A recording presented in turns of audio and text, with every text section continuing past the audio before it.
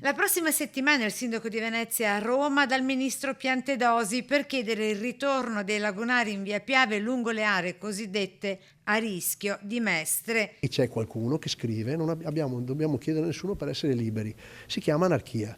Con l'anarchia poi succedono questi fatti qua, succedono le prepotenze, la gente si fa giustizia da sola. Stiamo importando la manodopera, i delinquenti li stiamo importando tutti noi, perché sanno che tanto non gli facciamo niente. Così il sindaco sull'investimento di Mestre il problema della criminalità lungo l'asse di via Piave e dei flussi di immigrati irregolari. Deve essere difesa da questo degrado, da queste.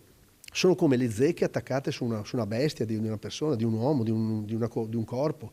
Dobbiamo veramente renderci conto che ogni tanto non possiamo accettare tutto. Come non accettiamo le zanzare, oltre un certo limite va fatta la disinfestazione. Nel frattempo peggiorano le condizioni di salute di Nello, il quarantenne napoletano è gravissimo, in coma farmacologico dopo l'investimento di Mestre del 30 settembre scorso per essere stato preso a martellate e poi travolto dal SUV che gli sarebbe passato addosso andata e ritorno per ben 3 volte, come testimonia anche un altro dei suoi amici tossicodipendenti, da noi cercato e incontrato lungo il sottopasso di via Ulloa a Marghera. Gli ha tirato il martello in testa, è napoletano, e l'altro gli ha tirato sulla schiena, non mi ricordo, sulla spalla e è caduto, dopo è passato con la macchina. E con l'aggravarsi dello stato di salute del quarantenne travolto potrebbero aggravarsi anche i capi di imputazione a carico del suo investitore, un commercialista di Milano di 44 anni e molto noto a Mestre a Spinea, dove ha i suoi 2 studi. La questione è davvero molto delicata e non posso dire niente.